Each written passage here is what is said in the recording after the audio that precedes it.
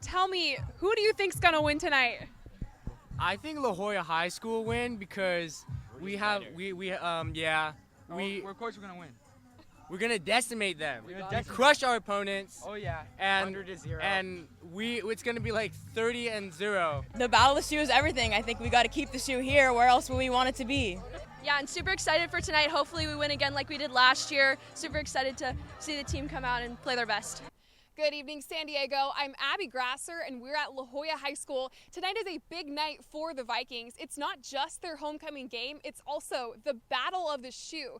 This is a historic crosstown rivalry between the Vikings and the Point Loma Pointers.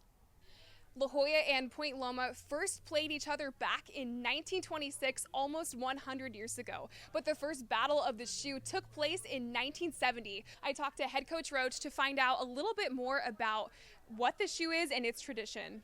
Yeah, so the shoe dates back to the 70s, 1970, I believe, originally. It was left behind after a muddy game at Point Loma. Point Loma had won the game, and apparently they turned it into a trophy. And ever since, we've been playing for that shoe trophy. This is actually a replica. The original is still lost and missing in action. So a replica was created in 2005, actually. And for a little recent history, back in 2022, the Pointers won that shoe 49-0. But last year, in 2023, the Vikings reclaimed the shoe with a 48-29 victory. And tonight, hundreds of students and alumni from both schools are here to see if the Vikings can keep that shoe or if they're going to have to give it back to Point Loma. It means something. I even told our guys this year, I mean, I know it looks a little ratty, but this thing means something to a whole lot of people. So it's a big deal. It'll be a good game. A lot of respect for them, and looking forward to a fun one tonight.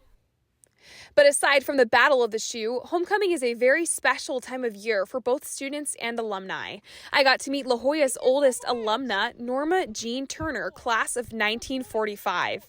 And she says while she may not have been homecoming queen, she was a real-life Rosie the Riveter. When I went to school, the Second World War was on, and the buses would come to school, and the kids that had work permits could go school 4 hours and work 4 hours. We would do riveting and drilling in small airplane parts. Some seniors are reflecting on their best homecoming game memories. My favorite memory has got to be 2 years ago.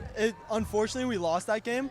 But I remember watching that game. I was in the student section. It was probably one of my most memorable games we were at. There's a lot of energy, and it was just really fun. And unlike 2 years ago, actually last year we won against them, which was really awesome because, we were kind of rebuilding our team because we lost a lot of good players 2 years ago, but it was really great that we beat them last year. But in the end, some La Jolla high schoolers gave us sage advice. Yeah. We have to win. I think it's not about who wins or loses. It's about the friends. It's about the friends we made along the way. But since we have more friends, we're going to win. Exactly. For La Jolla High School, I'm Abby Grasser, Prep Pigskin Report.